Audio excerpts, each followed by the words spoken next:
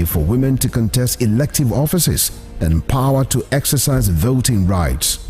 Married to a foremost educationist and teacher, Israel Oladotun Ransom Kuti, the first president of Nigeria Union of Teachers, Fumilayo Ransom Kuti was the mother of children who inherited her spirit of activism. Olufela Anbe Ololari, the former, a renowned musical legend. She was the first female student of Abeokuta Grammar School and the first female to own and drive a car in Nigeria. The award recipient of Member of Order of Nigeria MON and Lenin Peace Prize, was born on 25th October 1900 and was killed on the 13th April 1978 by rampaging road soldiers in Lagos.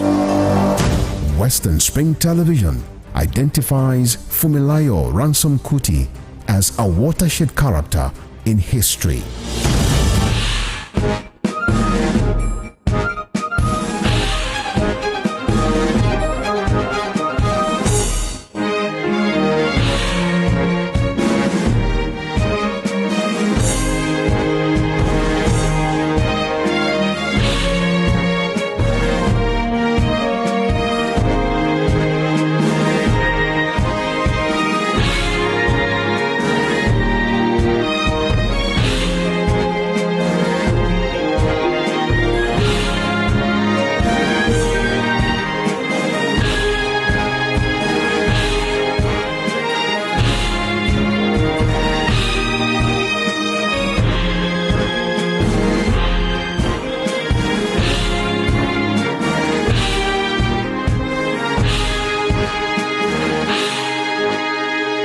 Western Spring Television, ours it is.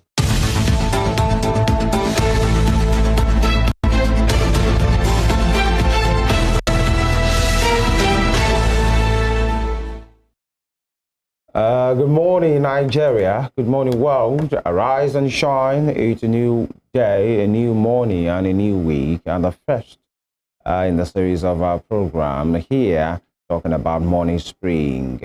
This is where we look at topical and trending issues in the nation at this time, every weekday. Femi Ojo is my name. It gives me great pleasure to welcome you.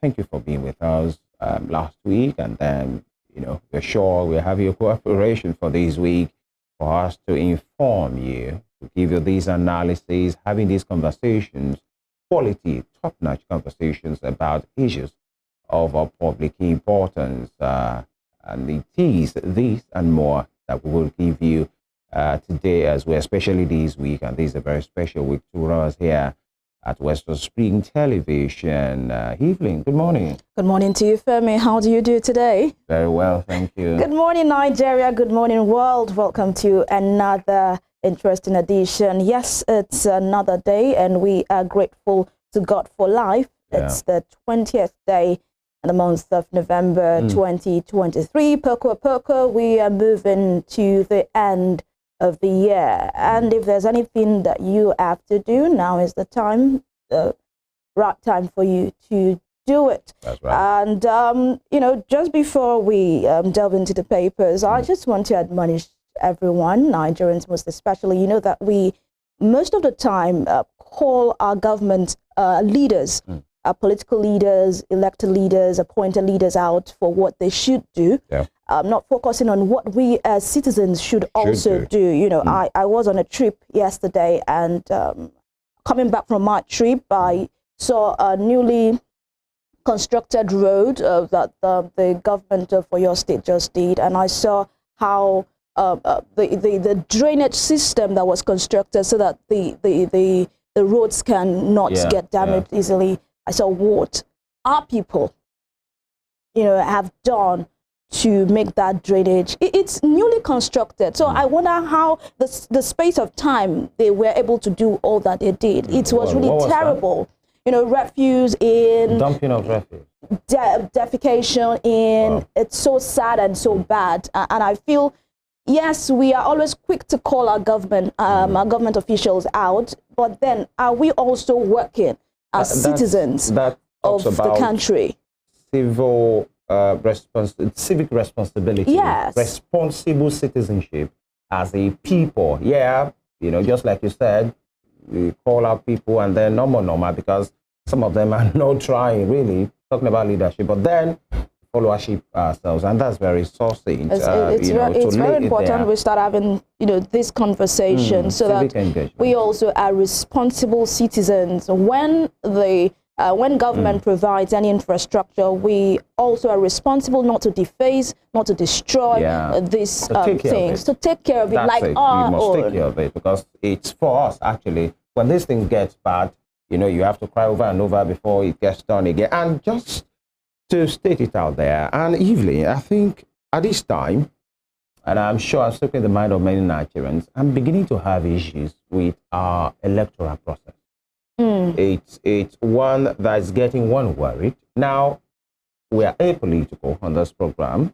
Of course, that's not business who has lost the case or who has not lost the case at the court. But what I'm saying is this: it seems gradually that power is shifting to the bench, the voters, to the bench, the will of the people. Now, you are not sure if I vote I'm not even talking about brigandage or violence. Talking about, okay, when the election has been done, the whole process, you assure us, you and I are the ones who have elected a particular leader, or we have not elected a particular leader, but no, the power is going through the court. And it's getting one to worry. Caleb Mutfwang sacked by the court. That's governor of Plateau State. Abba Yusuf of Kano sacked by the court. Zamfara. The governor of Zamfara again, election declared inconclusive. The local government to be, there will be a rerun there. The appeal court confirmed Governor Mohammed of Bauchi, and couple of court cases. Yeah, fine, all those ones. But then, when will we as a country go to the polling unit, be assured that is my vote that has counted, your vote that has counted, and then we'll go home when the election is announced. We'll know that yes, the power of the people is what is speaking. Yeah. It's and it speaks to, for me, let's just lay it there, to the highly flawed process in our electoral system. Because if people in that ecosystem have done what they should do, we might not actually get, some pre-election cases, we are seeing that they are being determined by the court after the election. Why should that be? And then you are wondering, what does the electoral law say, 2022, as amended? Electoral, man. You see the same case thrown out in a particular case, and then almost the same case, it will be attended to in another court. And then you are wondering what loads and loads of litigations, by the way, the insatiable, of course, you can't take it away from the insatiable nature of our politician. I must win.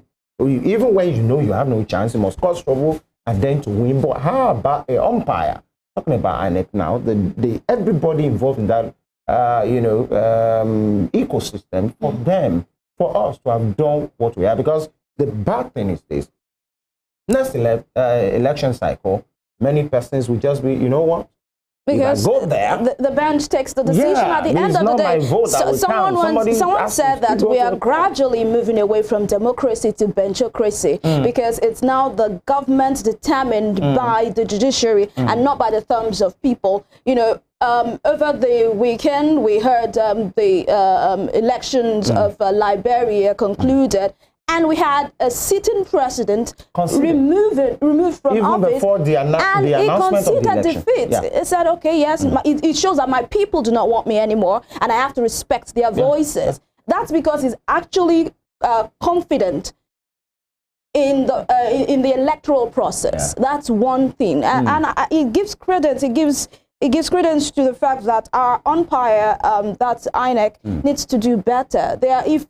If a particular candidate is not supposed to be contesting, then why should he be on the ballot? But do you know, even before the election, as we wrap it up and go to the headlines right now, is that sometimes you just want to imagine that the INEC themselves are confused due to shopping for court order by politicians.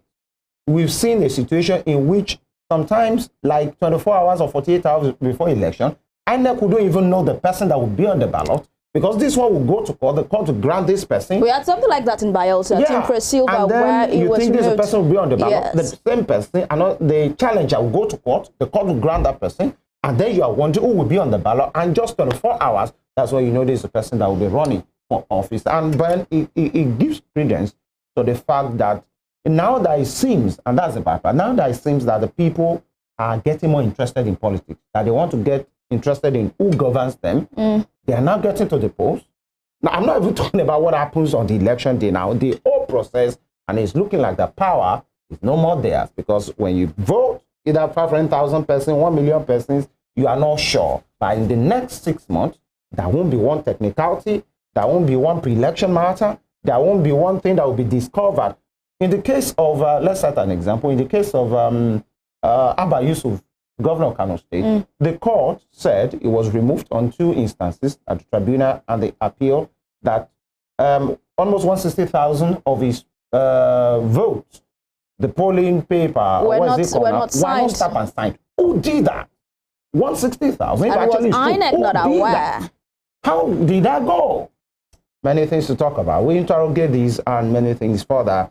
And especially my concern is with the young people. That when it seems like they are getting interested, and then it's looking like the power is not even them, and then you wonder if democracy is really the government of the people, by the people, and for the people. Yeah. In the coming days, we get to interrogate it, because this is not looking good at all for our democracy, which is what we practice or what we claim to practice around here. We'll go on a short break. When we come back, we'll get straight to the headlines for today. It's the Morning Spring on Western Spring Television. Stay with us.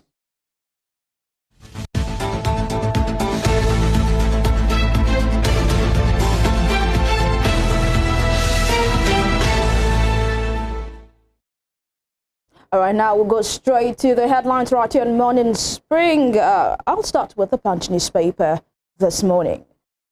The front page of the Punch newspaper, Plateau governor's removal, APC, PDP clash as appeal court sacks third opposition governor.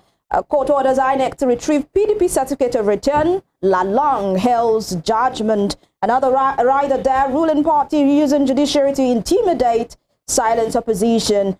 This is coming from PDP, LP, and NNPP. And outside of Nigeria, we have the picture on the Punch newspaper. It's actually a sad one of what's going on in Israel, Hamas.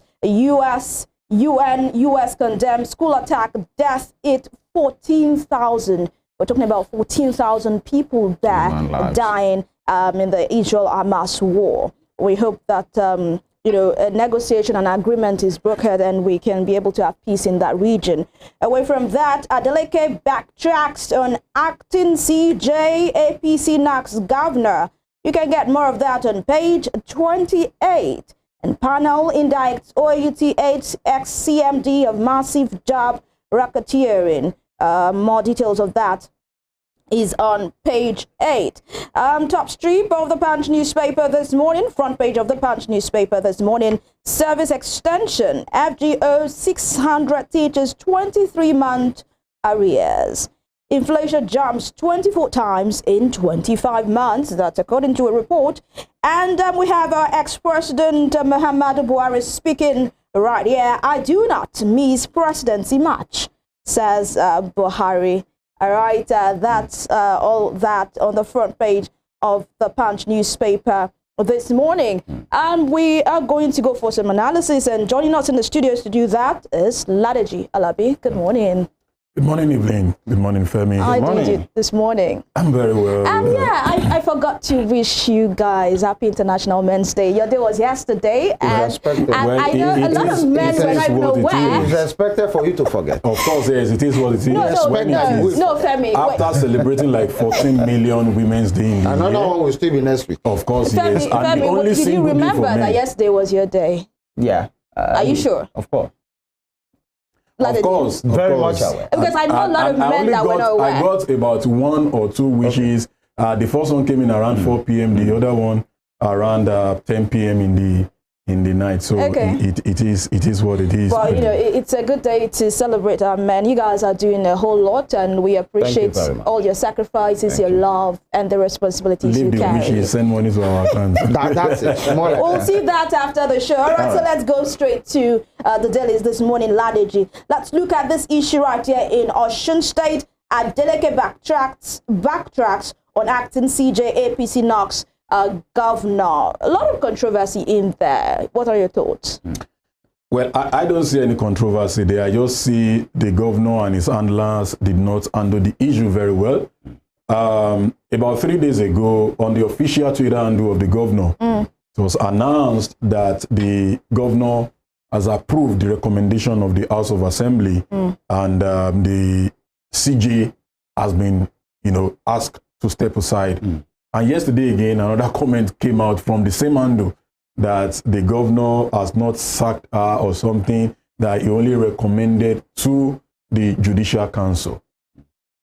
See, I think our governors or political office holders need to be careful in people handling your media, people you give the work of just throwing information out there. Right. So they need to be very careful because it looks a bit confusing. And even a layman that just read Nigeria law knows that the job of sanctioning, the job of removing any judge lies with the Judicial Council. The job of sanctioning any judge lies with the Judicial Council.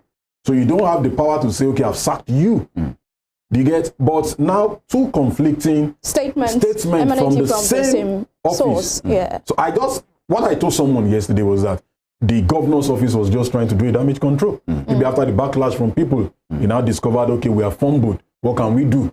In fact, the governor even called, the statement yesterday called the people releasing those statements as mischievous people, whatever. Now, the question I ask is, why did you appoint mischievous people in your cabinet or your media aides? all right. All right, thank you. That's all for the punch this morning. When Ladeji was speaking on that, I was just thinking somebody would just be the fall guy. Actually. Of course, yes, apparently. Somebody was trying to push it out, but somebody was trying to play the devil's advocate. Said, what if the account was hacked?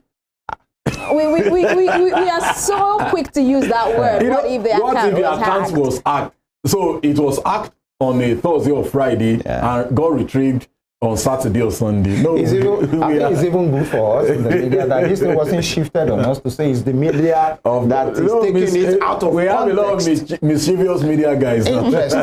Interesting days ahead, because I think the barrage of attacks and condemnation was so high that damage control. Of course, that's what it is. It has to come. It's a damage control. All right, moving on to the Nigerian Tribune for today. The Nigerian Tribune. And CJN to inaugurate 58 new SANs sounds November 27 as Supreme Court marks a new legal year. And capital market has absorptive capacity to fund infrastructure, Action Chairman. And Lagos is open for business. Sanwo-Olu. All right, and boldly written here, persistent inflation, dollarization of economy disturbing Obaseki. And, it was quoted there to say, today we earn less, but our demand for foreign exchange is more. We spend about $2 billion paying school fees abroad, $3 million for healthcare treatment abroad, about $500 million. $500 million buying milk and milk products, and about $10 billion importing food. We no longer earn dollars as we used to, but the dollars keep going up. We will deal with inflation for a long time. Inflation in Nigeria has gone up to almost 30% today. Who can borrow money and pay interest of 30%? It is not possible. Credited to the governor of Edo State, Godwi Nusahase, or Baseki, and I believe I called that correctly, evening. All right, moving on. 7 years after escape from prison, NDLEA arrest wanted Abuja drug kingpin. Navy destroys illegal refineries, crude oil in Ondo, and police arrest suspect in murder of a police student. Osun PDP, APC in war of words as Adeleke denies appointment of acting CJ. And 2024, no zoning formula exists in Edo. Shaibo says he is best prepared to be the next governor. Of course, speaking about somebody who is blowing his trumpet by himself.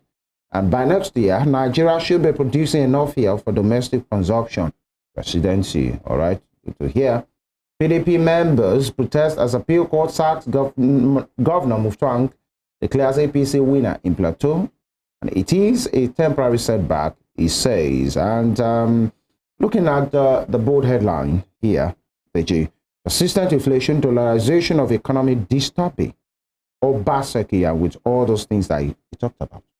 Well, you may not agree with Governor Obaseki on so many things, maybe because of political affiliation. I'm not talking about you. I'm talking about people out there. But Obaseki consistently has raised a couple of issues. Don't forget, he was one of the people that first raised the issue of, printing naira, by all means or whatever the system they were doing. Ways and means, during Buhari's regime. What's the name now? Emefiele, the new missionary in Kuje. He raised that issue then, and a lot of people, even the federal government, came to, he doesn't know what he's saying, they came to deny it. But to every well-meaning Nigerian, to somebody that is serious about the economy of Nigeria, I've always said it, that Naira will not gain against dollar by prayers. It doesn't work that way. If we keep spending what we are meant to spend on education, we spend on frivolities, what we are meant to spend on healthcare, we spend on unnecessary things, our political officer that keeps spending. It was shocking to know that a particular state in Nigeria is spending 7.4 million on fragrance in the office of the governor. And the same state is calling for investors to come. Investors will bring their own added money for you to come and use on frivolities here. It won't happen that way. It won't go. It won't. And we keep asking the citizens to, keep bearing the brunt, endure, and our political leaders keep living large. Naira will not gain against this. If we are not producing, Naira will not gain. So it is not a magic. All those nations that you see, they are working with. It doesn't mean they don't know God. It doesn't mean they are not spiritual people. What we are just doing here is that we are religious, we are not spiritual. Because what we are meant to do, even my own Bible tells me that I should work when I'm meant to work. Then when the harvest come, I will harvest. I will bring in, I will come in bringing in the sheep. So it's not about, when people say, let's keep praying. It is not about prayer. That we ask you not to pray doesn't mean we don't believe in God. But if we don't put actions there, if we don't set our priorities right, Naira will keep falling. Even the Holy Bible says that faith without works it's not. All right, let's move straight to another dailies for this morning. Let's do the Vanguard newspaper. Supreme Court to rumble in judiciary over nomination of justices. Two riders here. Names on the FJSC's list: excellent Professor Akinsheye George, SAN. No cause for alarm. NJC CJN says, why I want to succeed Governor Obaseki. Look at the topmost part of Vanguard front page here, coming from Deputy Governor Shuaibu. And State of the Nation, what Tinubu will force us to do, by Bode George. Plateau, appeal court sacks Governor Mutfwang, declares Goshwe winner. Rex appointment, Serap a budget, others sue Tinubu. And inflation declining demand triggers 20% fall in food beverage production. Those headlines on Vanguard newspaper this morning. Ladeji, if you can do this in 1 minute, because we're told we are out of time for this particular session. Let's talk about the Rex appointment, Sarah budget, others sue Tinubu. This has been in the public space for a long time. Talk about the controversy emanating from it. Your thoughts very quickly. Well, it's sad for our system. You guys in your introduction just complained about the activities of INEC. And if you are not careful, the same thing will happen in 2027, 2020, 2031, and years after. Because we keep appointing, don't forget also in Osun, a PDP card carrying member is now the Osun State OCEC chairman. You expect him to do the bidding of his party.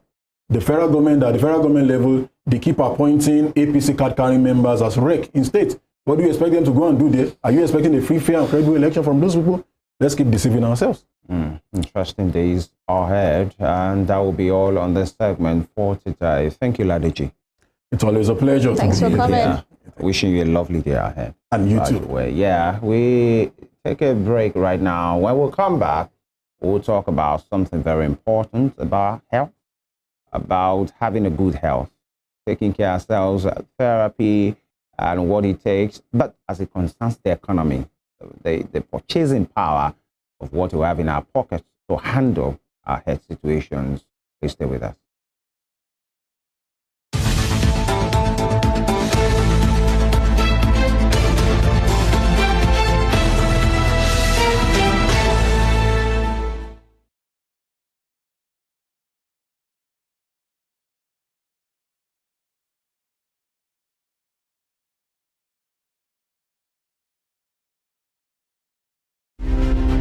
James Ajibolaige was a lawyer who obtained his first degree in classics from Nigeria's premier University of Ibadan. Born September 13, 1930, the orator and the polyglot spoke impeccable English, French, Igbo, Hausa, and Yoruba languages. His fine diction placed him among classical orators and public speakers like Cicero, the Roman orator. This attribute earned him the prefix Cicero of Esauke. He authored Kaduna Boy, an autobiography, Detainee's Diary, Constitution, and The People, among 6 other books. Bolaige was a colorful politician, elected governor Oyo State in 1979 and appointed a federal minister in 1999. He was a pioneer founder of Afenifere, the Yoruba social, cultural, and political group. He invested his political sagacity to propel the group to the height of political leadership and decision-making in the southwest of Nigeria. Bolaige was assassinated on the 23rd December 2001. His murderers are yet to be apprehended till today. Western Spring Television identifies Bolaige as a watershed character in history.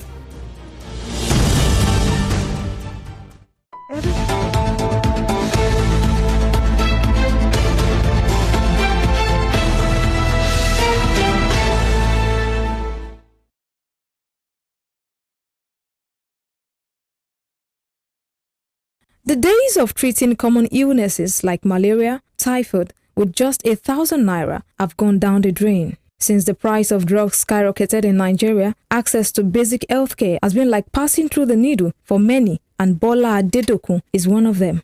Mrs. Adedokun walks into a pharmacy store for a purchase of malaria drugs but was taken aback by the cost of drugs.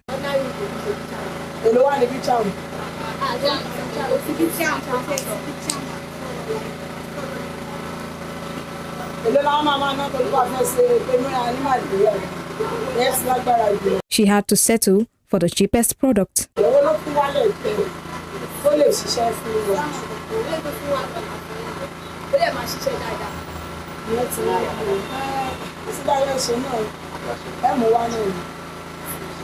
Mrs. Adedokun, who lamented the high cost of drugs, says it has pushed many to the walls of local herb sellers. To treat malaria before, if you have 1,000, 1,200, you can easily treat it and be okay. But now, only Quaterm is now 1.7. To combine 2 antibiotics with it, with original, it will be like 1.716.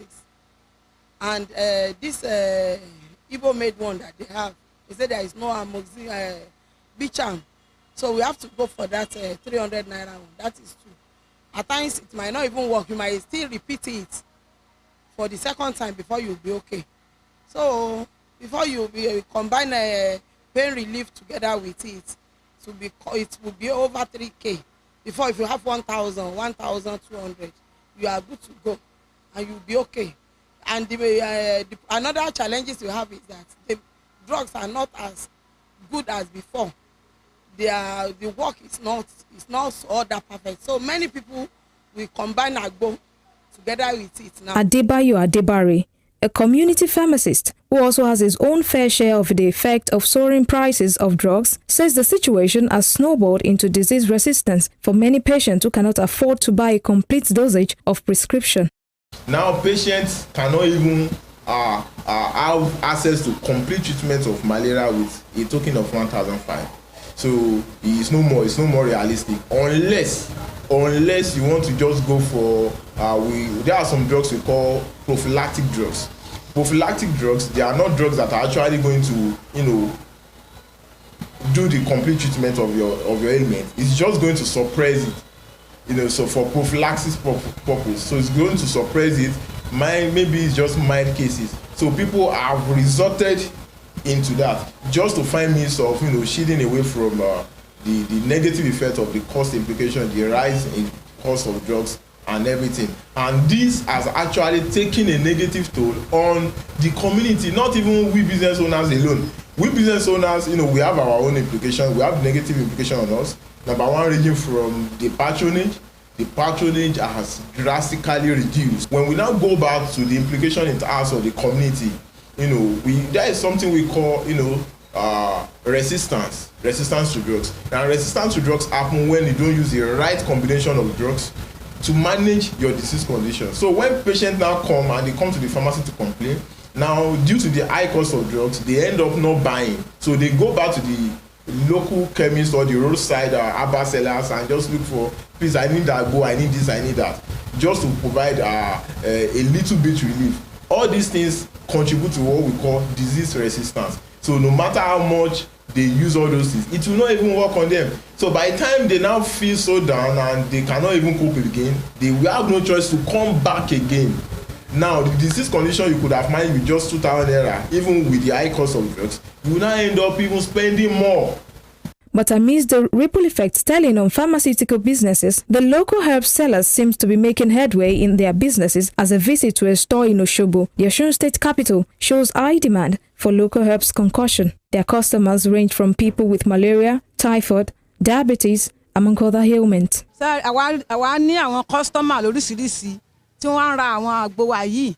Ọbẹ̀ lórí ibà gbogbo ẹ̀ tá à ń fi ń tọ́jú àwọn èèyàn àtọ̀sí ni alẹ́ ni gbogbo ẹ̀ tá à ń fi ń treat àwọn èèyàn. Lọ́pọ̀lọpọ̀ àwọn èèyàn ni wọ́n wá ń bá wa rà á lóríṣiríṣi tó délùú èbó. Wọ́n wá ra àgbo ibà àti ara ríro.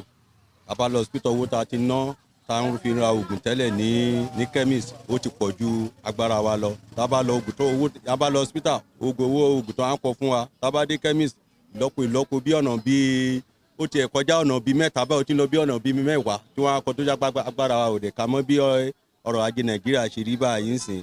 Okay, paracetamol tá ń rà ní bí bóyá 100 naira là ń rà tẹ́lẹ̀ báyìí sì ó ti di 150 200 naira gbogbo àwọn oògùn ẹ̀ tábà òun la ṣe kọjá sí ọ̀dọ̀ ìyá alágbo ibi dáadẹ̀ tí ń rà àgbo yẹn ń ṣiṣẹ́ dáadáa. Speaking on this trend, Bankole Kamarudin, Osun State Chairman of the Association of Community Pharmacists of Nigeria, says resorting to herbal remedies that cannot be measured can further worsen a health challenge. People are hypertensive, some are diabetic.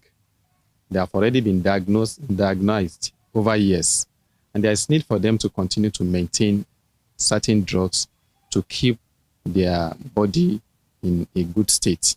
Earlier last month, the federal government announced plans to reduce the importation of drugs into the country from 60% to 40% to promote local manufacturing of drugs, a move that is telling on the cost of drugs as not much manufacturing comes from the country. Amidst the economic woes bedeviling the country, a British multinational pharmaceutical and biotechnological company, GlaxoSmithKline (GSK), the manufacturers of products like Panadol, Augmentin, Ventolin, Andrew Liver Salt, Maclean's, among others, announced plans to cease operations in Nigeria after 50 years of service delivery in the country. Toby Sanusi. All right. You're welcome back. And we'll go to the conversation right now, which is about the lamentation of Nigerians about the high cost of, first of all, is the high cost of living, by the way. But this morning we are going to the health sector, talking about drugs right now. And that's what we do sometimes to prevent illnesses, sometimes to treat illnesses as well. And it's like drugs is really getting out of hand of, common man. In fact, almost everybody is common now using that particular tag, the high cost of drugs in our nation, some particular drugs. Last week, videos emerged and went viral of a particular person or persons, lamenting, crying about a particular, some drugs in which they use to manage their health, not even for some time, to manage their health. And it seems this thing is becoming out of reach. Now, what is the reason for this? Health is wealth. We can't do without it. And so that's the conversation we are having this morning. And we have a stakeholder in that ecosystem in the building, in the studio with us today. He is the one that will be letting us into what we are supposed to do, or what is really going on per se. And give me great pleasure to welcome pharmacist Felix Adedoyin into our studios today, this morning on this program. And he is the chairman, chief executive of Help Pharmacy. Good morning, sir. Good morning. Thank you for having me. Good morning. Good to have you here. And so let's delve right into it. I'm sure by virtue of what you do, you're a professional pharmacist, you own a pharmacy, and you'll have seen people complain. You'll have seen, the pain on people's face when they are told the new price of a particular product in which possibly they know before. You see the shock, and then the videos are there, people complaining. How are we here? How did we get here? First of all, is it true? Very true. So what's the reason? It's not rocket science. Everybody knows what our exchange rate is currently. That's Naira to dollar now. And we know what it was just a month back. So I said it's not rocket science because you can just do the mathematics yourself. It's not as if the prices of these items have gone up at the international market. The prices still remain the same. What we are facing here is the problem with our exchange rate. I'll give you a simple mathematics now. Yes.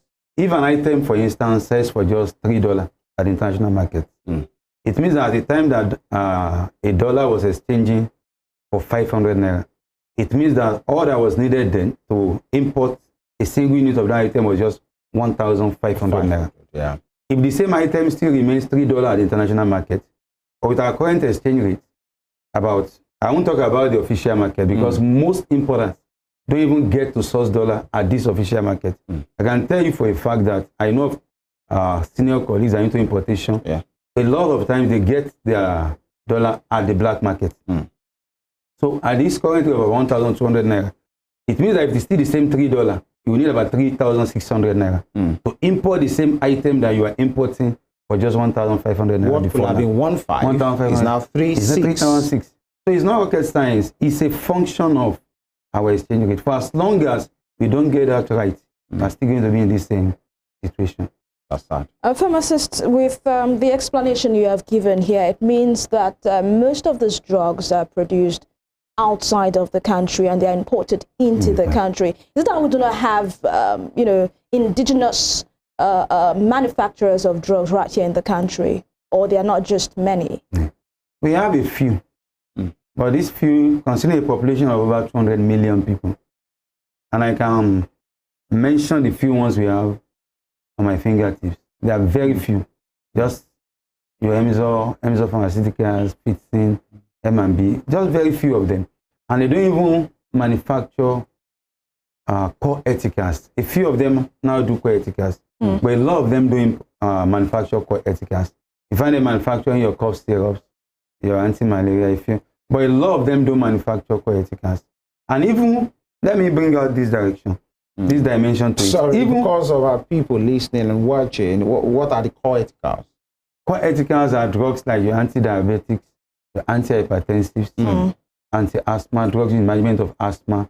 They are drugs that are supposed to be sold based on prescription. They are not over-the-counter drugs like your paracetamol.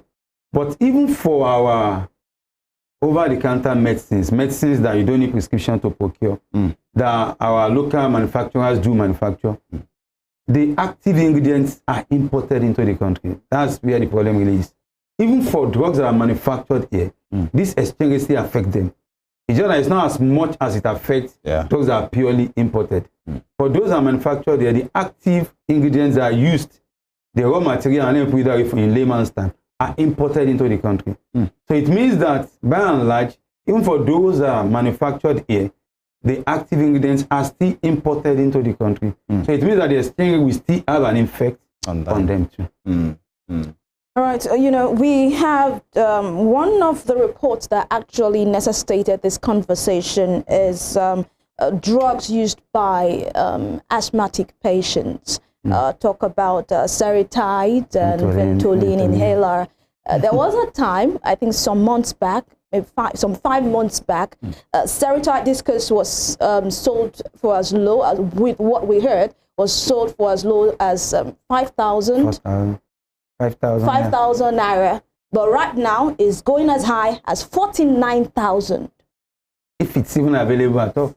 So it's even that if it's available at all. Ventolin inhaler that was sold for as low as maybe 1.5 thereabout is now selling for 859,000 naira. That is high, and these are drugs that asthmatic patients need on a regular. These are drugs that to manage their health, and we know the number of asthmatic patients that we have in the country. What's the hope for them? Yes, we heard that it's because of the exit of one of the major manufacturer, GlaxoSmithKline, GSK, that has actually spent 51 years in Nigeria, but exited. They've been here since 1971. Yeah. They exited, I think, August, and that gave rise to the drugs. Okay. I'd like to ask firstly, because what is the reason for their exit? I know it's not just in Nigeria, about 21 other countries, but what is the reason for their exit? And also, are we likely going to have more of such companies exiting? I think primarily their reason is poor business environment. And it's not only, I once worked with a multinational that came into Nigeria. The company as at that time was about the 4th pharmaceutical company worldwide. Came into Nigeria market. They were not even willing to come in at all. They just came in through a third party. They were around briefly and they pulled out of Nigeria market again. So she won't give it to GSK that they were around for over 50 years. They've always complained about poor business environment. They've always complained about this exchange rate issue, volatility of our naira that makes business very unstable and unpredictable for them. I know these are multinationals that they do business in other countries. They are not even as big as Nigeria, and yet they can predict the direction they are going. The multinational I once worked with then, I won't mention the name, at a particular training they told us that they make more money in a country like Hungary, which was a population of about maybe 4 million or thereabout, than Nigerian population that was over 200 million. So these are companies, they're not into business. They must have done their calculations and they must have come to the conclusion that is it really worth it being in the Nigerian market. And then being a multinational, one key thing about them is that their products are usually on the high side. For the average Nigerian, that's extremely important. For the average Nigerian, the company I worked with then, most of our products were outside the reach of the average Nigerian. At the time that Serotype was just about 5,000, how many Nigerians could even afford it? At 5,000 naira, very few Nigerians could afford it. So these are multinationals. By the time they do their calculations, they come to a conclusion that the country is big, fine, but the purchasing power of our people is extremely low. So for multinationals, they feel uncomfortable doing business with Nigeria. And that's why I find more of generic companies that deal in products that are very cheap. Find it easier to operate within the Nigerian market compared to multinationals. Their products are usually on the high side. The average Nigerian can't even afford them. In fact, we were told at a particular training that when we complained about this, that these things are so expensive, Nigerians can't buy them. They told us at the training that they are not targeting the entire Nigerian population. That if they can just target the top 5% in Nigeria, that will give you an idea of how they operate. If they can just get the top 5% in Nigerian market to patronize their product, they'll be okay. But as time goes by, even these top 5% are finding it difficult to even patronize their product. So I would say at the time, maybe they fed about just 1% of our population can actually patronize their product. And then it's not worth it really within the country. Yeah, and then, what we want to ask, okay, apart from multinational companies, the big wigs, pulling out, or we don't have much of them, or the kind of product that they produce is not even for the average Nigerian, so to speak. How about these, the kind of drugs that we use on a daily, the analgesics and the anti-malaria, which everything is expensive as well. You could see in that report that we took earlier, a patient possibly complaining that she used to use a particular amount and now almost double of that can't get the same thing. Is it still because of dollar so to speak, because one will say, okay, even when the main ingredient is possibly imported and all of that, is there no way things could have been done in which, okay, there will be increase, but it will be minimal? Because some of these paracetamol that we know, depending on the brands, you don't have to mention that now. But in all of these, when people come, what do you tell them, actually? Exactly what I just told you a few minutes back. You see the shock on people's faces each time you tell them that the price of their products have gone up. But we still tell them the same thing. These products are not manufactured there. Over 80% are not manufactured there. Even for the ones that are manufactured there, the active ingredients are still imported into the country. But I think what our government needs to do is really this. I've seen the government make a lot of effort at increasing the quantity of dollar in circulation. I'm not an economist, but at least I did little economics in secondary school. And even as a science student, at least I loved economics enough to still have A1 in economics. So I don't need to have studied economics in high institutions to know this basic demand and supply. It's not just enough for our government to keep making effort at increasing the quantity of dollar in circulation. For as long as we don't do something about decreasing demand for dollar, we are not going anywhere yet. There was a time I watched on the news, BN governor speaking, how they are intending to go and get a loan of about $13 billion to pump into circulation. All of that is still an attempt to increase supply of dollar. What are you doing about decreasing demand for dollar? And that involves you and I. I think the average Nigerian needs to be properly oriented about how to reduce demand for dollar. All of us crave for foreign goods. All of us crave for foreign stuffs, foreign education. I have a sister, my elder sister, that works with one of the leading banks in the country, and she told me about how much our people spend on foreign education yearly. The demand that they have for dollar, people trying to access foreign education, is alarming.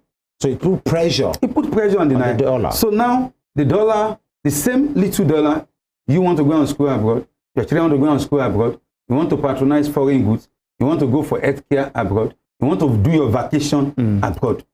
For as long as this demand for dollar is not worked on, I don't think there is any quantity of dollar that can be pumped into the circulation that will arrest this situation. Because the demand is out of this world. Would you blame the people? Because I know there was a time that our educational system, the standard of our educational system was top-notch, that where people from other countries come into Nigeria to study. We had a time where our healthcare system was like the best in Africa and one of the best in the world. People travel into University College Hospital Ibadan to get treated. We had a time where our products were, the quality of our products and services were good. And people, even outside of the country, come to buy from us. But right now, the reverse is the case. We have students that go for a 4-year course in school, and they graduate after 6 years, not because they had a spill, not because they had a carryover, but because of strikes. Our health institution is an eyesore. When you go to government-owned hospitals, and we know what we see there. Our products, we get our own made in Nigeria product, and sometimes it doesn't even last like it should. The durability, quite inferior. The durability is not just there. So would you blame the people really, or you blame our leaders that are not putting things in place to ensure a good conducive environment for these things to thrive? I think some of these things have been blown out of proportion. Like? They've made us believe that all these things that you mentioned have gone so bad within the country, which I don't want to agree with. Are they not bad? Let me pick education, for instance, now. You have a child that wants to do, going in for just first degree.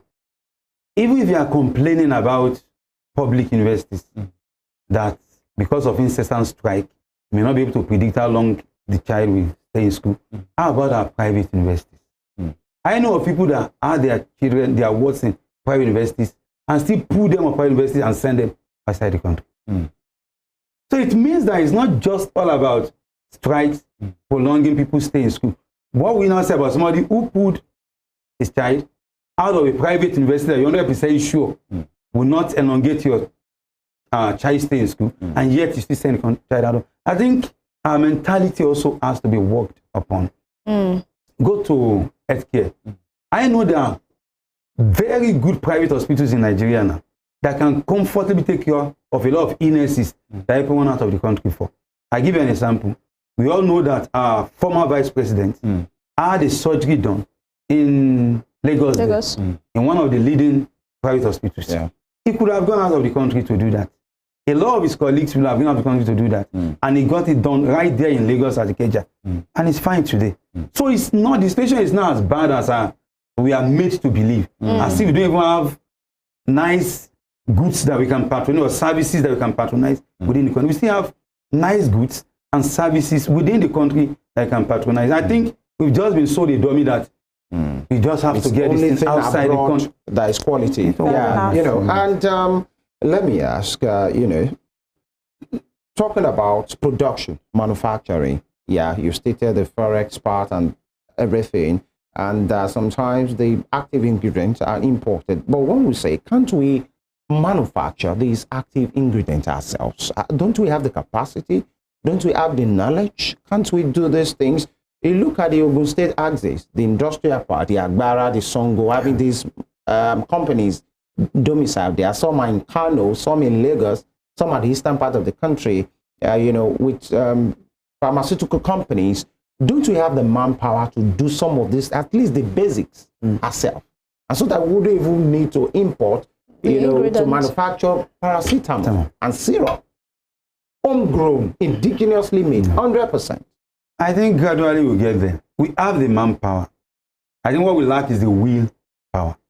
On whose part? And I give you an example. Let me give myself as an example. Yeah. I'm into buying and selling. And then I've been trained to also manufacture. Each time you think about manufacturing, I intend to go into manufacturing. I've discussed with a few colleagues. I've not, out of what the colleagues I've discussed with, only one person who is calling into manufacturing has encouraged me to go ahead. Virtually everyone will tell you, oh, it's capital intensive. Oh, it's risky.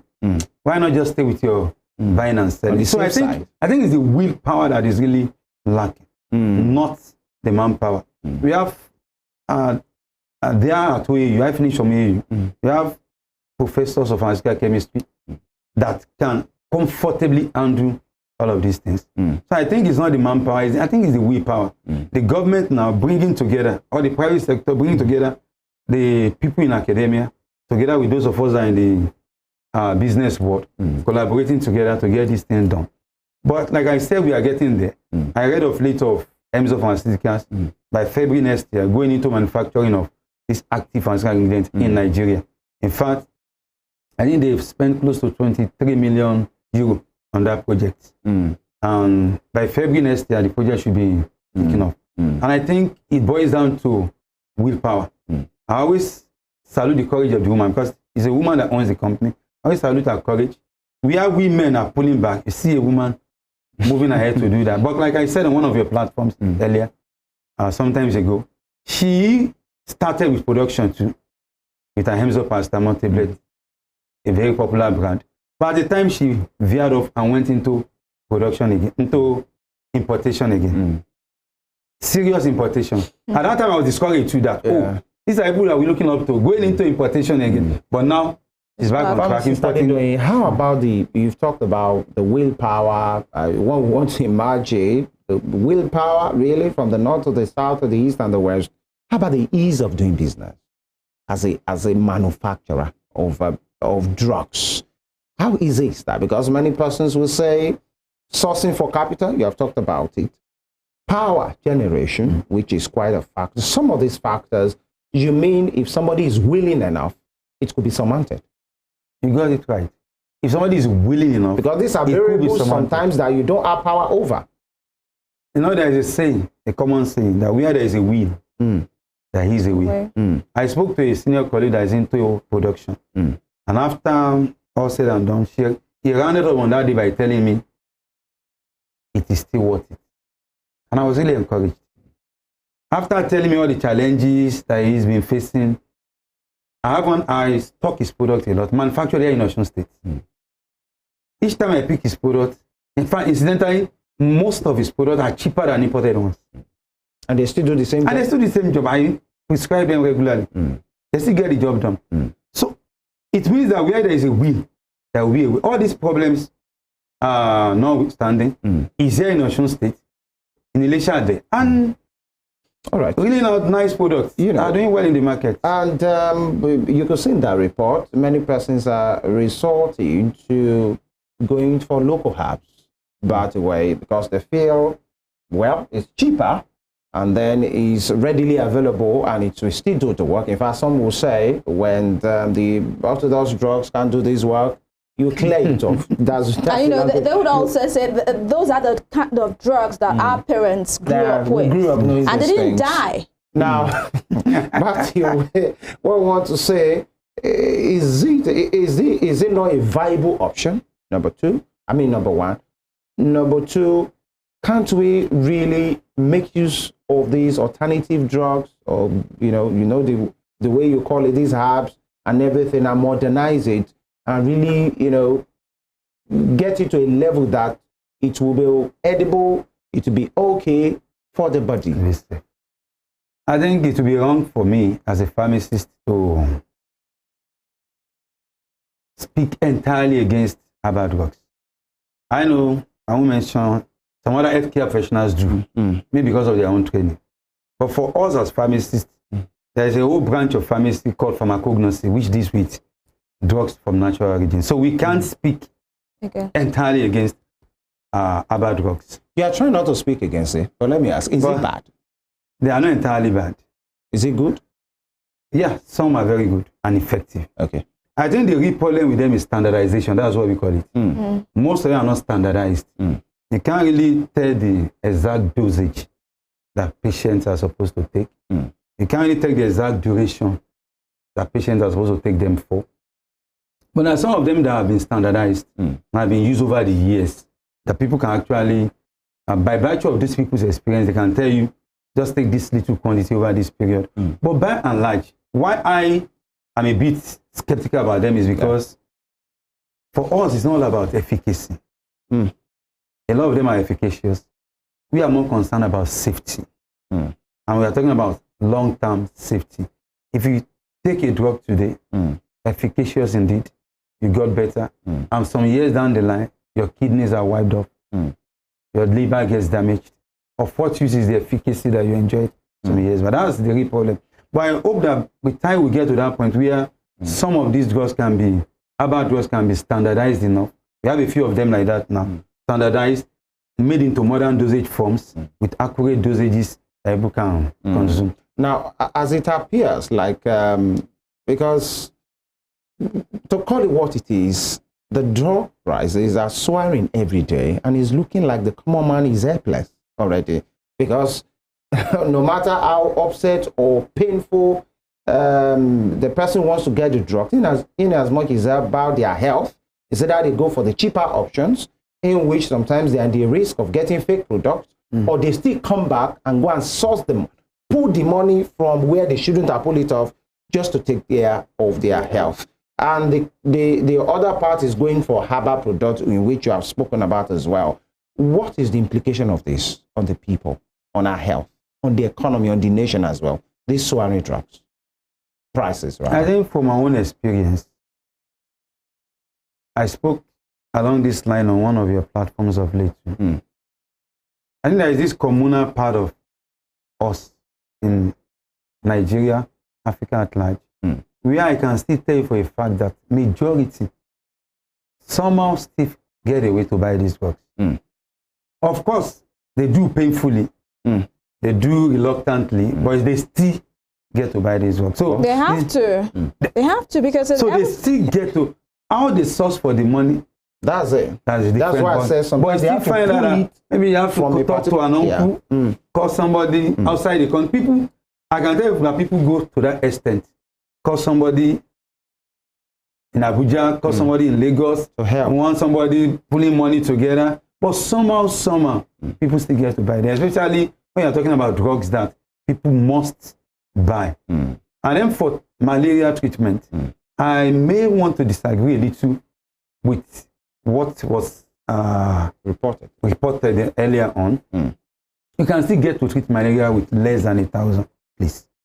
That I remember, I recall that person said with 1,500 you can't treat malaria. That's not correct. We still have anti-malaria that are costs slow less than and are very effective, as low as just 550 naira. And they are very effective. With your paracetamol, just 700 naira. And people can still get to treat malaria for as low as 700 naira, 800 naira.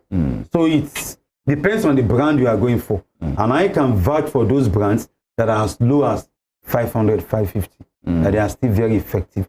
So that people don't blow this thing out of proportion and give an impression of what is not really. Now, let's talk about, we are here now, let's talk about what the government must do at this time, especially for people that are on drugs that they have to take, not occasionally, but regularly, because they have an ailment they have to deal with for life. Talk about asthmatic patient, diabetic patient.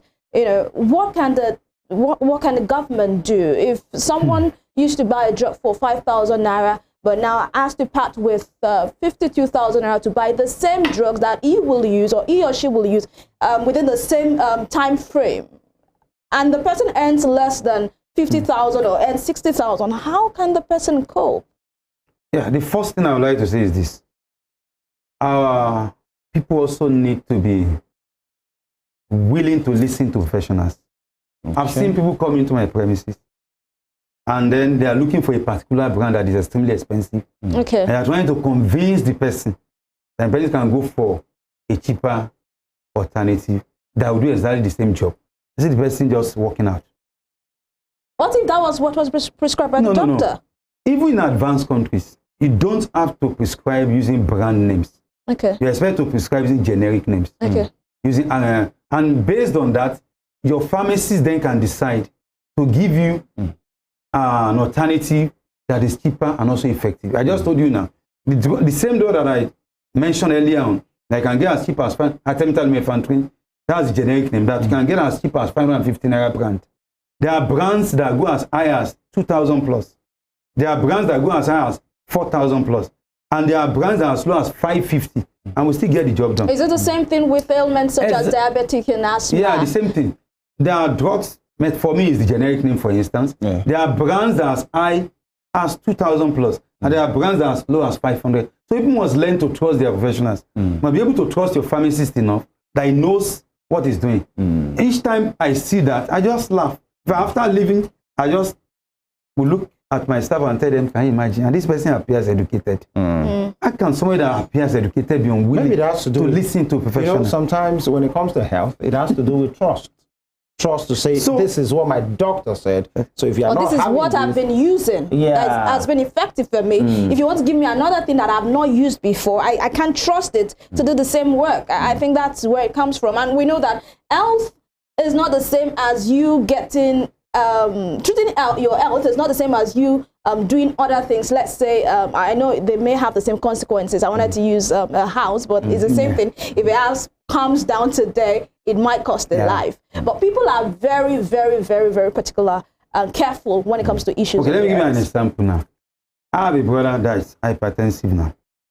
Currently, it's on an anti-hypertensive that is manufactured here in Nigeria by Nimet Pharmaceuticals. The cost is as low as just about 400 naira per sachet. And we have one imported a brand, and we mentioned the brand, that's currently is as high as 4,000 plus for the same one sachet.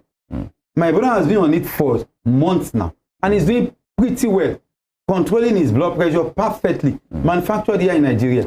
All right, Pharmacy, we are almost out of time. Just, I need you to talk to the government. What can they do at this time to help Nigerians? I've said it. Let them do the best they can to push down this exchange rate. If you can come down to about 600 naira to $1, it means automatically the prices of drugs will go back by 50% straight away. It's not rocket science. So they should do everything in their capacity, whatever they know to do to force down this exchange rate. In the long term, we can be talking of indigenous pharmaceutical companies springing up, and then the existing ones also jacking up to produce more of these product. And I believe we'll surely get there. All right. Because more and more people are willing to go into that. Yeah, I want to thank you, pharmacist Felix Adedoyin, for your time, discussing this program as well. And our next topic as well, I think you should be a part of it as well, because we'll be talking, yesterday was International Men's Day, by the way, and so let me wish you Happy International Men's Day. Did you get a gift yesterday? No, I didn't.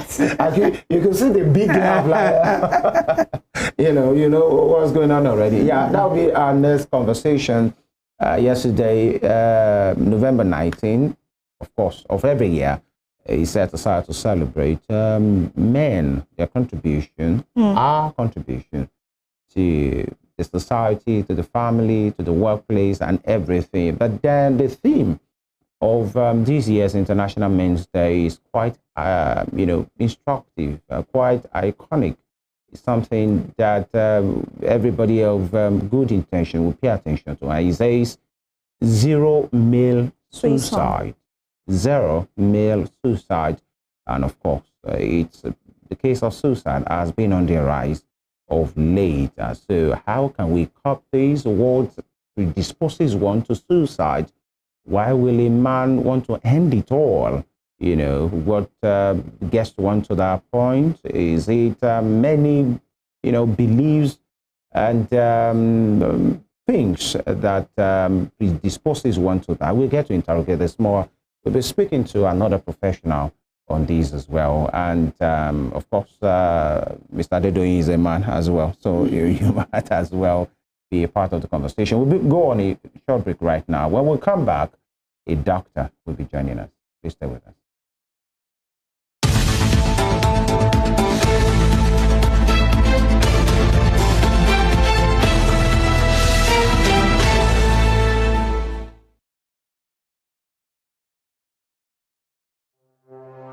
Arrested, affected, sound, found. What do we see? What do we say? Flowing from a spring. A fact A to Z. Check and confirm.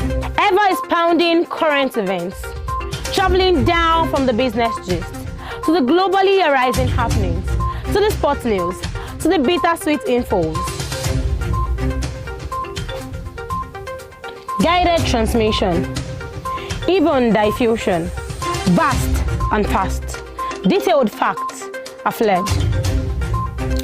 Within seconds, nuggets of words that flew across borders are fired. Stories short and long, wrapped in bundles of words, broken and dissected as it is, except misheard.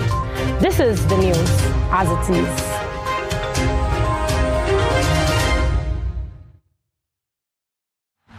As a player, there's nothing better than the roar of your crowd. But in Nigeria, there's a roar that may not be heard again. With fewer than 50 lions left, they could be extinct in the next few years from loss of habitat and prey and snares set for illegal bushmeat. So please, say no to illegal bushmeat. Let's keep the roar alive for Nigeria, because poaching steals from us all.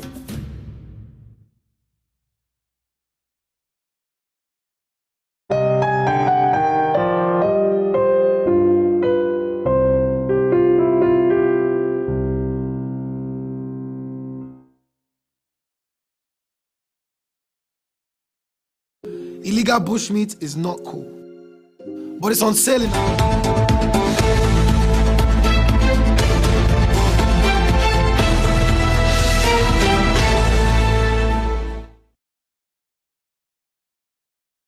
All right, welcome back. It's still Morning Spring right here on Western Spring Television. This is the second leg of the conversation, and we are dedicating it to our men.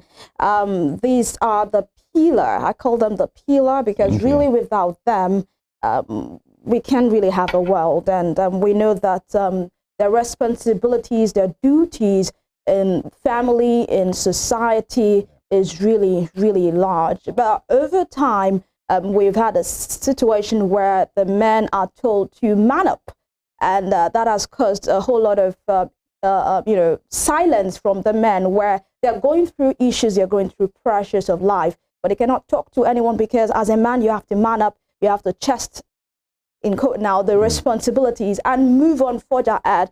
Meanwhile, this is a cause for concern because this has given rise to male suicide all over the world. International Men's Day is in focus. It's celebrated every year, 19th day in the 11th month of each year. And yesterday was that day. And the theme for this year is Zero Male Suicide, looking at how we can bring the numbers down totally of male suicide in our society. All right, you know, I think I owe you one. I like your intro, by the way you were speaking of. Actually, I'm a male advocate. I'm a boy child advocate. I'm a male advocate. I always love to push our men. All because they do a right, lot. we have been joined by Dr. Abayomi Ojo to discuss this matter and take it further. He is the chairman of Nigeria Medical Association, Osun Wing, on Committee on Health, Information and Public Enlightenment. The chairman of Osun NMA Committee on Health, Information and Public Enlightenment. That is the right person to enlighten us and to give us the right information about the subject topic for this morning. Dr. Abayomi Ojo, good morning, sir. Good morning, sir. Thank you very much. I'm very much happy to join this morning. And a happy International Men's Day to you as well. Thank you very much. Happy International Men's Day to you. Yeah, all right. Last, the theme, we'll take it a bit from the broader perspective, but then majorly about the subject topic and the theme, rather, which says zero male suicide. And of course, pharmacist Adedoyin stay here with us to take this conversation forward as well. But Dr. Abayomi, now, zero male suicide. How important do you think it is, having this conversation at this time? By the way, let me lay it there.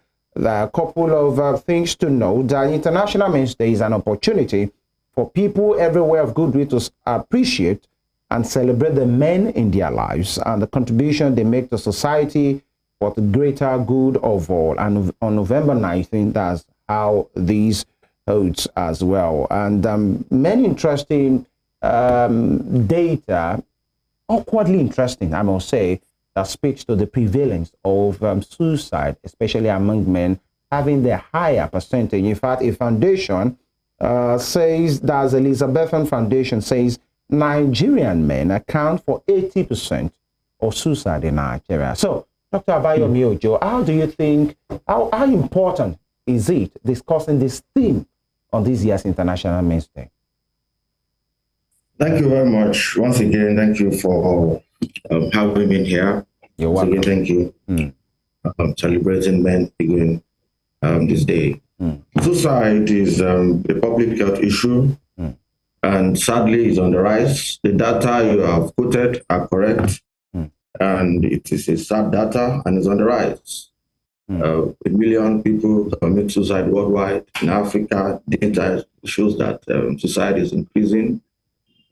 Nigeria is the country with the highest number of suicide completion rates. Men complete more suicide than women. There has been a rapid rise in suicide for upward up to more than 60% the last 45 years. The data, they are overwhelming, and the fact is that men are committing suicide. And of course, suicide by definition is the termination of one's life. And that is different from attempted suicide. Say attempted suicide means that it wasn't completed. So, but when somebody says yes, that is suicide, that means the person was able to completely kill themselves. And of course, it affects men than women. It is a public health issue that affects people globally, and much more in low and middle and low income countries. It's even on the higher side in that instance. And again, like I said, it's much more seen in Nigeria more than any other country in Africa. So it is very important. It's an issue we should talk about. And I think, yes, it is very important to talk about it. Yes. And if you ask why do we have a rise?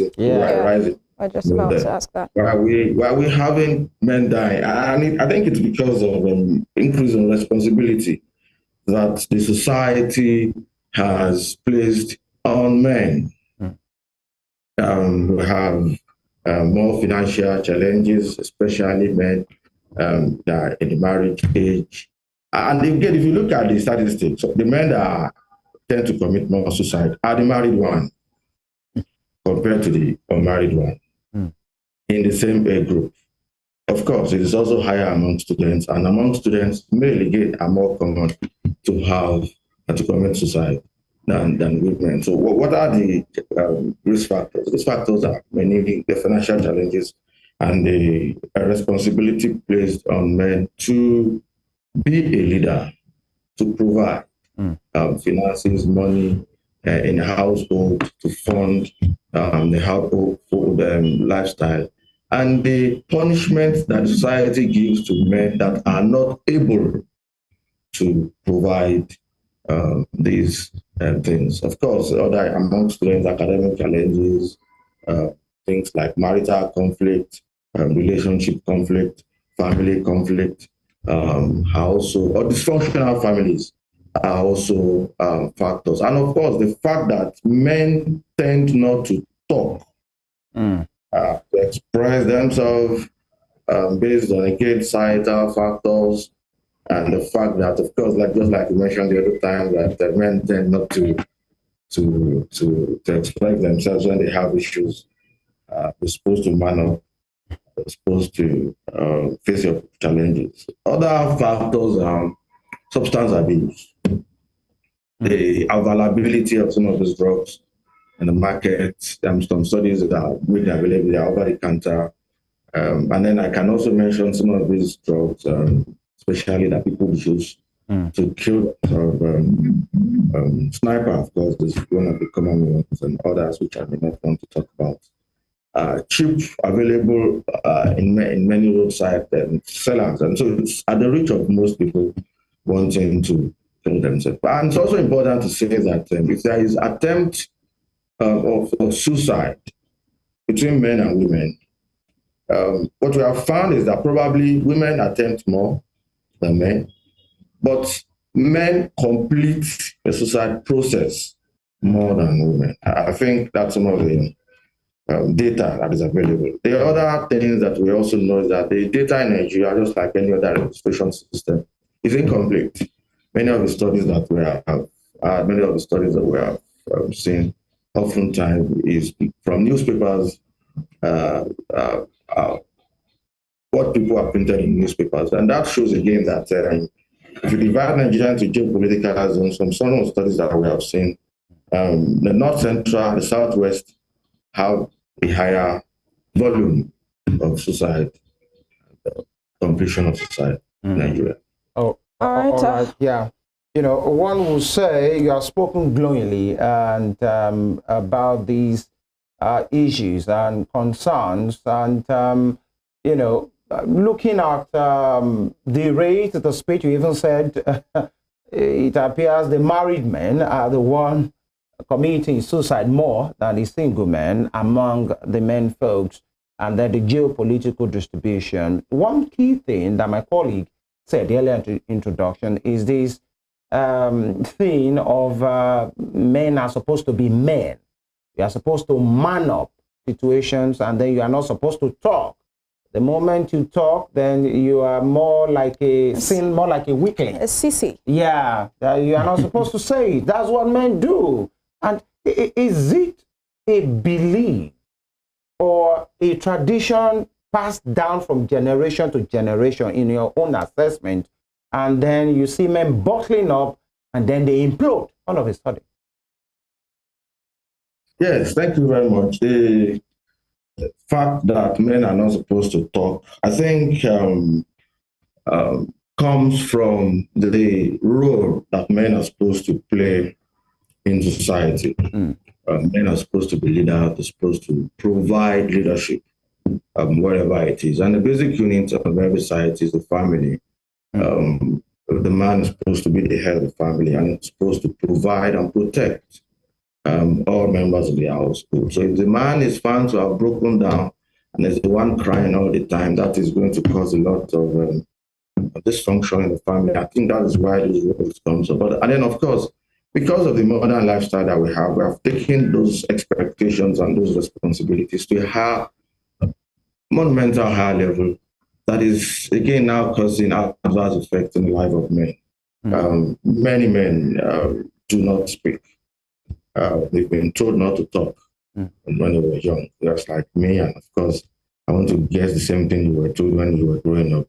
And they're supposed to man up, and they're supposed to. I think that it may have been a protective or showing up to your responsibility when you were growing up. But I think because of the dimension society has gone, the expectation generally that people have now, we have gone beyond and overboard. And now it is having effect on the mental health of men. And instead of speaking, having an outlet, people will not resort into suicide. I think that men who are able to come out of this, well, are people who have good support system, who have friends, who have families, who are in loving relationships, who can listen to the concerns of these men without judging them, without belittling them. Because again, it's either conscious or unconscious. Society punishes women. That's a fact. Even the society that we're talking about, part of what I would like to talk about is the stigma attached to it and the criminalization of attempted suicide. I mean, if you commit suicide, fine. If you attempt it and you are not successful, you are criminalized. That's another issue that I think society should look into. So these are myriads of societal things. Men who are in loving relationships, men who are in functional families, men who have outlets, who have friends, I can talk to them. They tend to cope well in life more than people, who do not have such stabilizing factors in their life. All right, Dr. Joe, thank you so much for all that you have said so far. But I'd like us to take a comparison. Firstly, I like the fact that you made reference to the fact that before a man is a man, he was once a boy. And there are some things that would have been instilled in him as a boy. You know, if you have a girl child and a boy child in a home, if a girl child is going through anything, I'll tell you, speak out, talk to us. But if a boy child is going through anything and say, no, your father will even give you reference of when he was young. When I was young, something like this happened to me and I was able to bear it all up. Let's do a comparison between, the days of our grandfathers and now. It's still the same upbringing. I want to believe that men are told, man up. You are supposed to, take up bear responsibilities and all, and it's still the same thing we have now. That's what men do. That's what men do. So what has changed? If we didn't have high cases of suicide back then, but we now have at this time, what exactly has gone wrong? What is the catalyst? I think that modern life have modern economic demands. Okay. Has placed modern economic demands on men. And a lot of men are failing in many of those responsibilities. And that is unacceptable to a lot of men. That is a factor I think we should look at strongly. And the fact that, again, men are not allowed or encouraged to speak up. If there is something we must change in our society now, it's the fact that we must encourage everybody, boy child, girl child, to speak up when they have concerns, to learn to verbalize, to put in their thoughts, their disturbances, their mental issues into words and discuss with somebody in their household. So as a child, a boy child is growing up, yes, I think that he should also be encouraged to speak up to his father and ask questions. And be encouraged. All right. We go to bring in Pharmacist Adedoyin at this time. Yes. How do we break the culture of silence among men? how do we encourage them to speak up? How do we encourage them to get help when they are in need of help? And just let me add to it, how important is it to speak up as a man? I think before I go into that, there's something you said earlier on that really caught my attention. Back in those days, this same culture of man up, just it, was there, and yet we didn't have as much suicide as we have now. I think one major factor that is affecting us all is the fact that our value system has changed and has dropped drastically. In what way? We live in a society now where money is everything. No, doctor kept talking about what men are expected to do. You are expected to be the leader. You are expected to be the financial head of the family. You are supposed to be the provider. I think back in those days, because the value system was okay, people were not judged primarily based on material things. So you could be just even a below average man and could still be happy. But we live in a society now where everything is judged by money, by material possession. So you see a boy of 21 rushing to have a fantastic car. A man of 30 feeling frustrated because he has not built his house.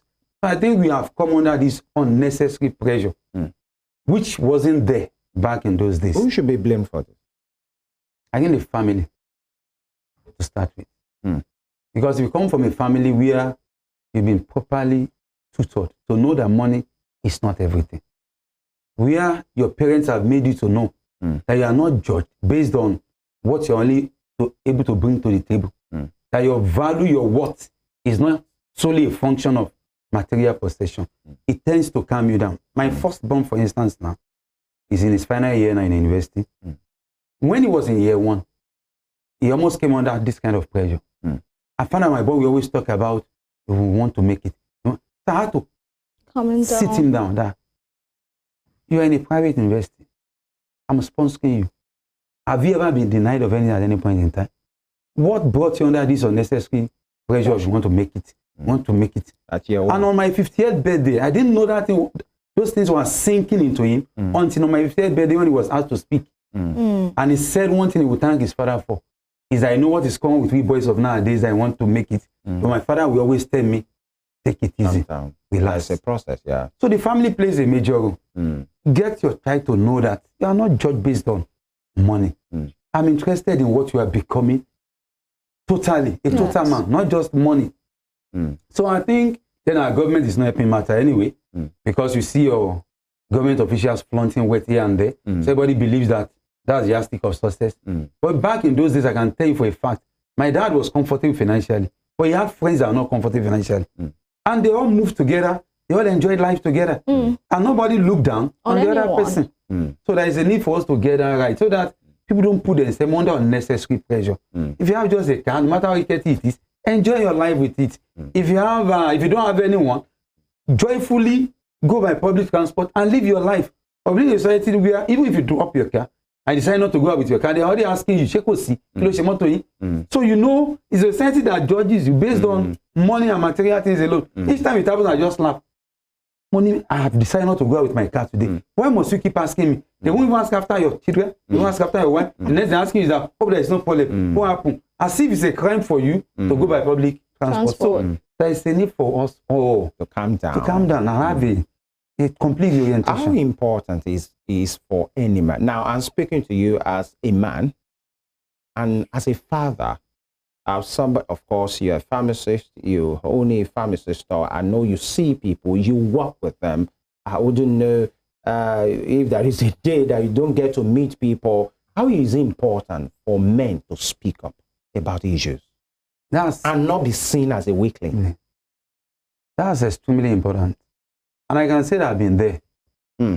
Because between the time I left university and the time I could say I started making reasonable impact financially, was over a decade. So that was enough for anybody to feel like, what's happening to me? And I had my dreams. In fact, I could recall there's a book I read, Think and Grow Rich. I read books a lot. Think and Grow Rich. I read it shortly after I left, after my NYSC. I know the figure I wrote at the back of that book. I know the year I set for myself to achieve that goal. And All these things were not, I was nowhere, any of them by the time I was 10 years post NYC. But speaking really helped me. One, doctor talked the other time, I spoke the other about support system. If you are married, if you have a good spouse that you can speak to and express your mind, it goes a long way. I was fortunate to have that. And I was fortunate to have a woman that was not putting me under pressure. That's key. That's key. So if it had been the other way around, so I would like our women to help their men. Don't put your husband under an pressure. Let him be able to speak. Let him be able to express his mind. Don't tell him that he should by now be able to have achieved this. Or what his mates are already doing. What his mates are already outside there. How do you even expect him to speak if you keep speaking to him that way? Let him be able to. So it's important to speak up. It's important to express your mind. Then another support system that enables you to speak up is your religious settings. You can't take that away. If you are a Christian, go to your church. If you're a Muslim, go to your mosque. Interact. In fact, it has been established that beyond what you gain spiritually, that these settings enable you to socialize. People go to church on Wednesdays. No matter what you are going to, by the time you get to that setting, you are mixing up with people, you are lighting up. The religious place is a support system on its own. It's a major support system. A major support system. You go to that place, you mix up with people, you laugh, you smile. Then you go back home again, better. You have a good setting at home again. The family is not, your wife, your spouse is not putting you under pressure. You speak up again, you discuss matters together, and then look into the future, hopefully together. That plays a major role. So it's important to speak up. All right. Yes, we still have Dr. Ojo with us. Doctor, are you with us? Yes. All right. Yes. Let's talk about, because in all of these is mental, conversations, mental health. And, I wanted to ask something from Azado doing the other time, that is he okay, but I will come to that, vulnerability of, men being seen as being explicit, for them to open up. You want to see, my wife must not see me in that state. I lose my... To be emotionally to my macho-ness, and my children know I'm their king and their hero. They must not see me like that. But let me keep that with you. Back to doctor, is the importance of mental health conversations. That the chairman, NMA committee, the Ocean Wing, on public enlightenment and all of these, do you think we speak about this enough? Do you think people are really, they get the message of having a clean bill of health as far as their mental health is concerned? Thank you again very much. Mental health issue is a major issue for men generally. And beneath all this discussion is depression. A lot of men are depressed because of modern lifestyle, modern demands, and they're depressed.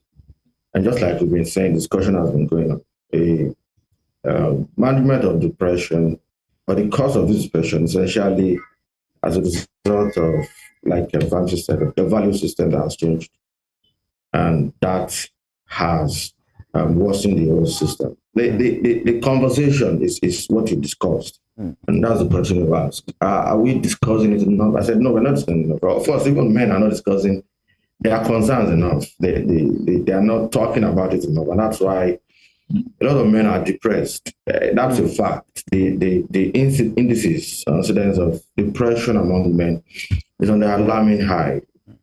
Mental disorders generally is 1 out of every 10.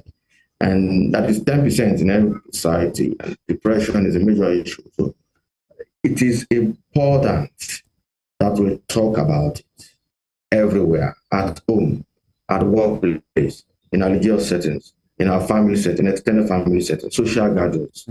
We should start talking about our mental, especially about men, and start changing the narrative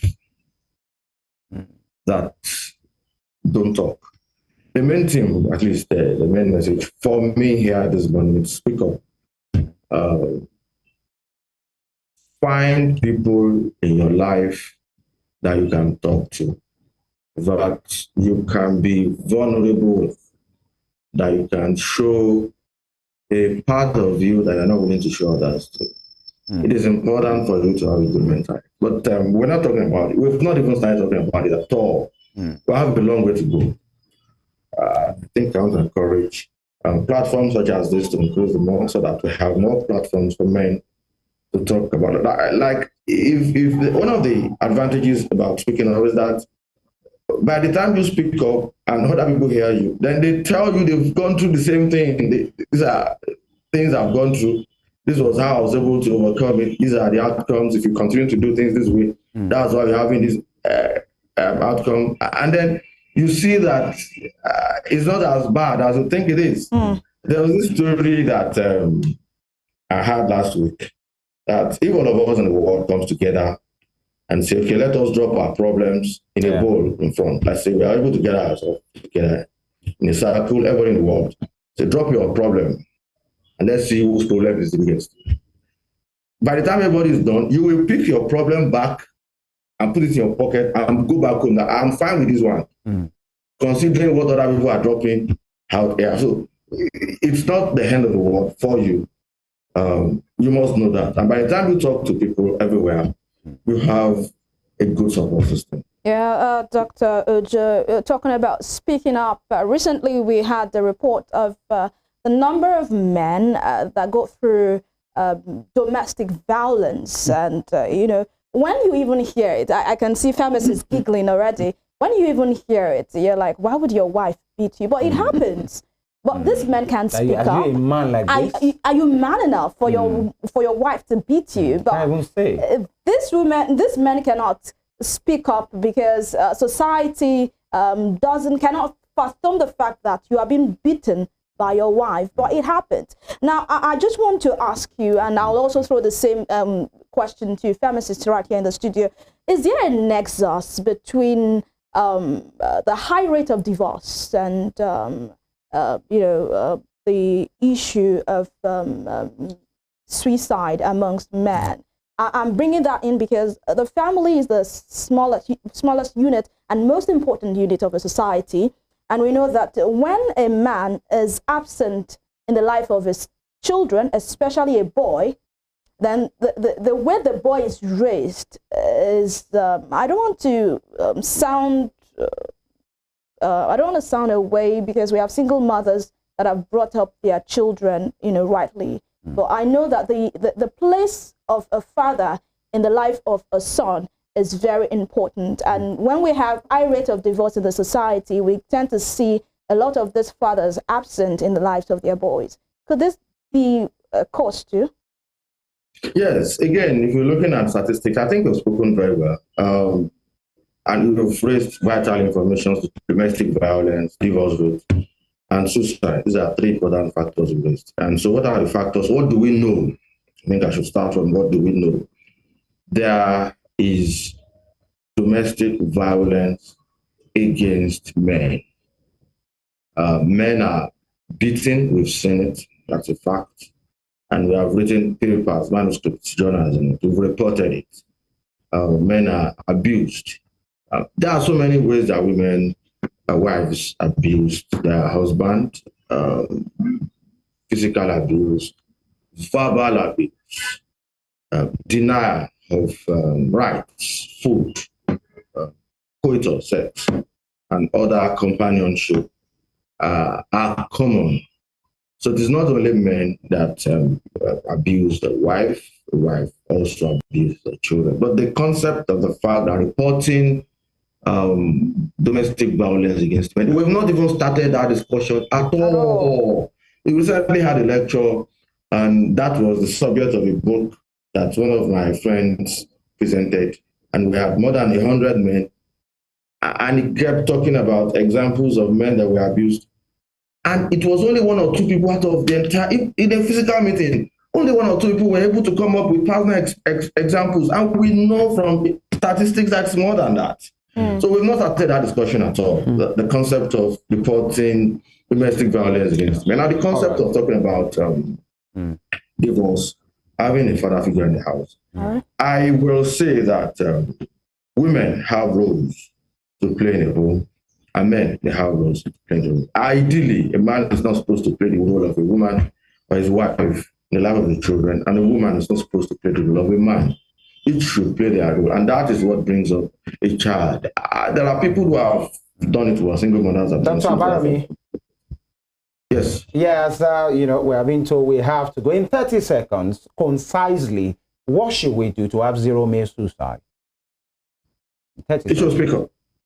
We should speak up. We should tell our young people that it is good to talk, especially to your father if you have one adult. If you do not have one, you need to develop a loving relationship with one. And if it is only your mother that you have, you should learn to talk to her.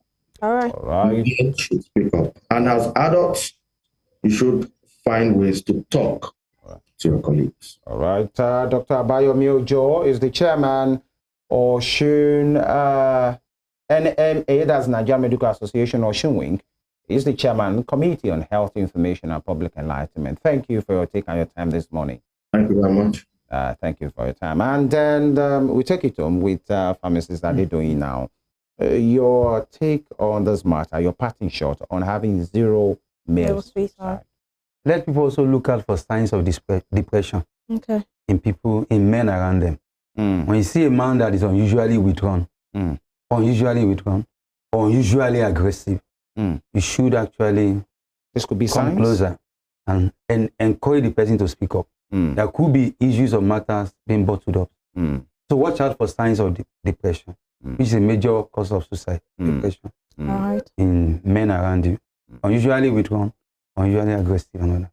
Thank you. Thank you so much. Very much for your time. And take this morning wearing different caps as a pharmacist, as a man, as a father, and of course as an elder, by the way.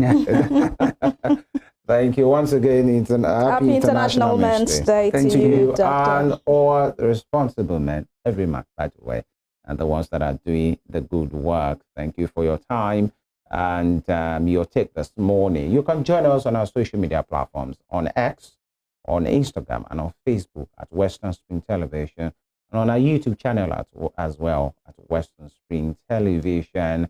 And by the way, this is a very important week for us here at Western Spring Television. It's our anniversary week. WSTV is one already. The weekend will be one, so we are rolling out the drums. I want to sincerely thank you, our distinguished viewers, for always being here. It's because you are there. That's why we are here. By the way, so our time flies. Wow. November last year to another November.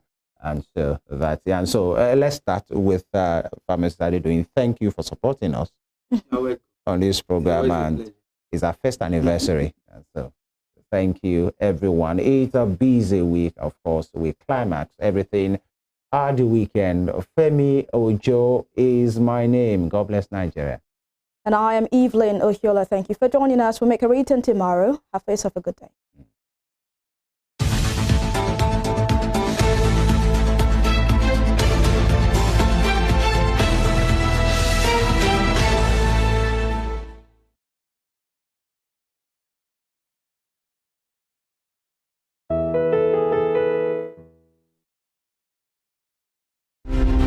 Funmilayo Ransom Kuti was an educationist and advocate of women's rights. She was recognized for her vitriolic comments against colonial policy of taxation as it affected the Nigerian women.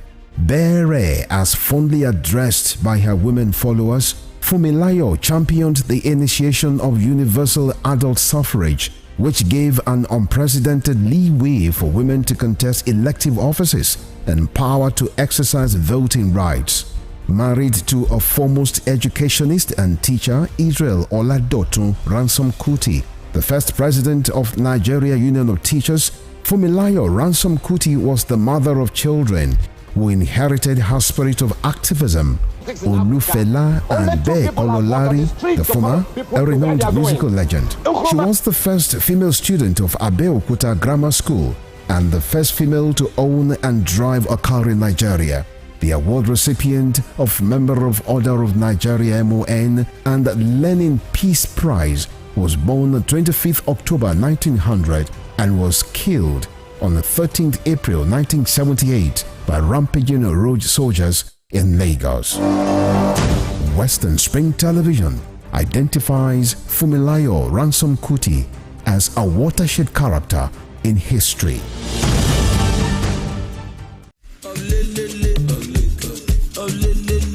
Our music is one of our greatest exports, but our wildlife could be another great industry if we protect it for future generations.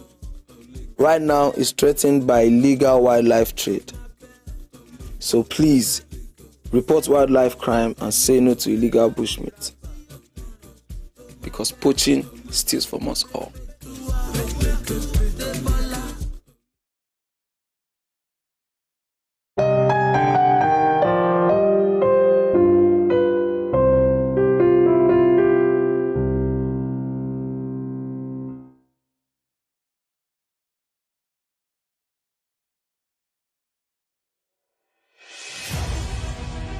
Can you imagine the feeling when you get your news as the break with facts and clarity?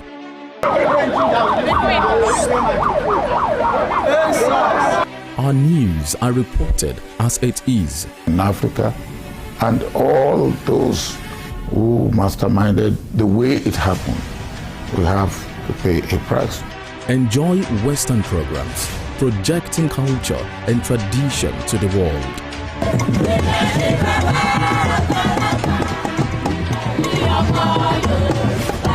Brought to you as the break and recapped every hour for your update.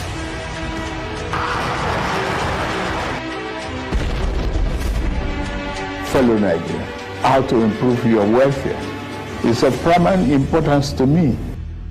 Produced and brought to you in a unique way never before seen. Western Spring and Western Spring Television. Television is coming home in your color and culture.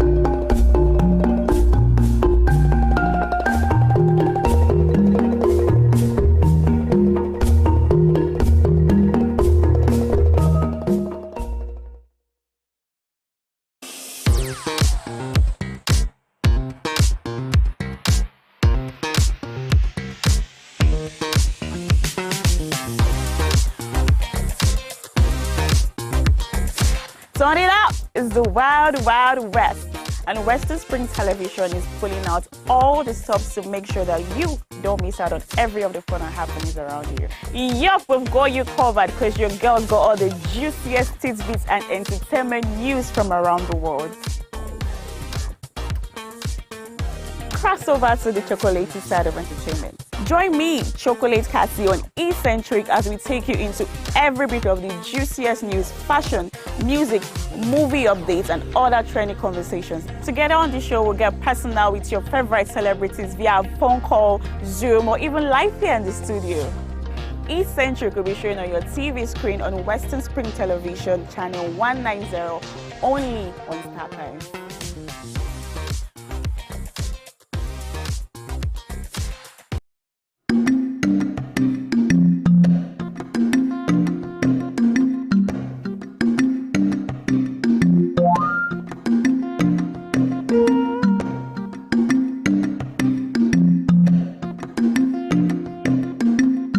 Sports is a culture on its own. It has its own language, its own people, with their own way of life.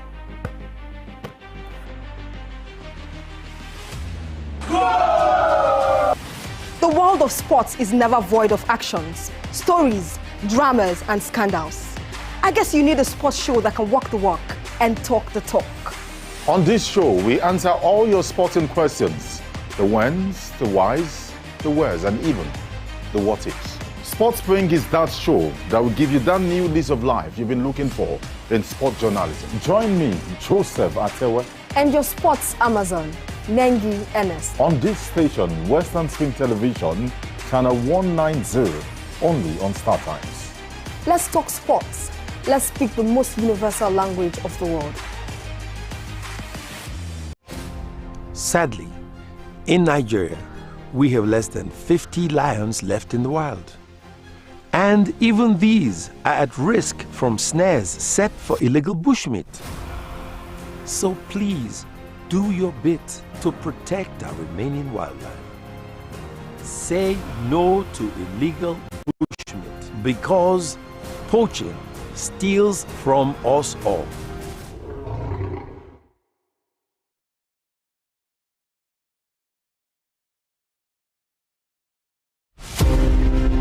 Born Jeremiah Oyeni Obafemi on March 6, 1909, Obafemi Awolowo was a prime architect of Nigeria's independence and most consummate advocate of free education and social welfare in Africa's most populous nation.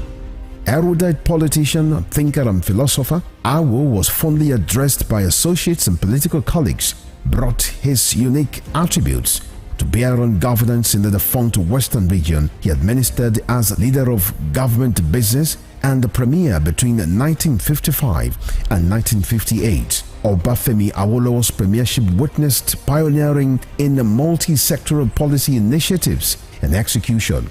The Western region under his administration paraded several enviable records.